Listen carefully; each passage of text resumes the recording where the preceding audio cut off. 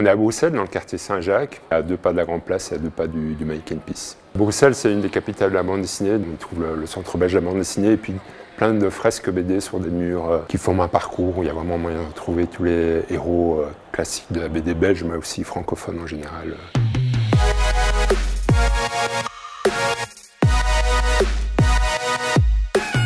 Multi-BD existe depuis 1990. Aujourd'hui, on fait un petit 200 mètres carrés, plus un espace dédié vraiment aux animations et aux expositions.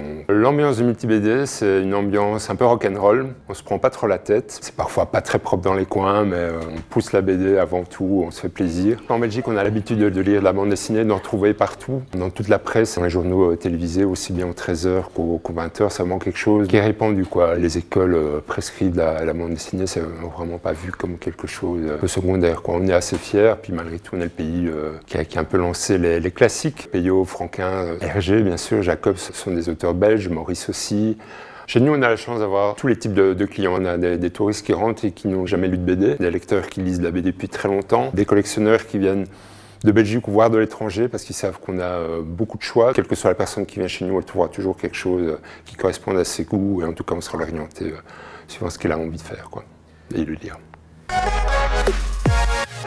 Alors mon coup de cœur d'Argo pour ce début d'année, c'est Iradei, une BD de Vincent Brujas et Ronan Toulouat. C'est une BD d'aventure, d'action. L'histoire se passe en Sicile au XIe siècle, dans la région de Taormine, toujours sous le joug musulman, assiégé par une partie de l'armée byzantine. Un groupe de mercenaires va arriver, mené par Tancrède.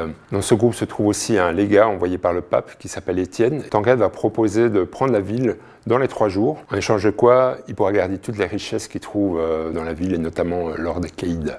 On est dans la grande aventure. Ce qui est chouette, Iradei, c'est vraiment une histoire épique, une histoire un peu de vengeance. Ce sont des mercenaires, donc les alliés du jour seront peut-être les ennemis du lendemain. Ce qui est vraiment sympa, c'est qu'on voit que le scénariste est un historien. Donc c'est vrai qu'il nous installe l'histoire. Je pense que la plupart des événements qui sont dans le récit sont des éléments avérés. Et il travaille depuis longtemps avec son dessinateur et je pense qu'ensemble ils forment un duo qui permet vraiment au dessin de Ronan de rendre service à l'histoire. C'est vif, c'est noir, c'est vivant, quoi. Alors il y a beaucoup de choses qui sont très chouettes dans le bouquin, mais une des séquences qui m'a particulièrement plu, c'est le début de l'histoire. Donc c'est beaucoup d'éléments, c'est une nouvelle série, beaucoup d'informations à emmagasiner en quelques planches. Et malgré tout, le dessin de Ronan nous permet vraiment de rentrer dans l'histoire. C'est des couleurs aussi très chaudes. Ça apporte une fluidité à ce début d'histoire qui est vraiment très engageante.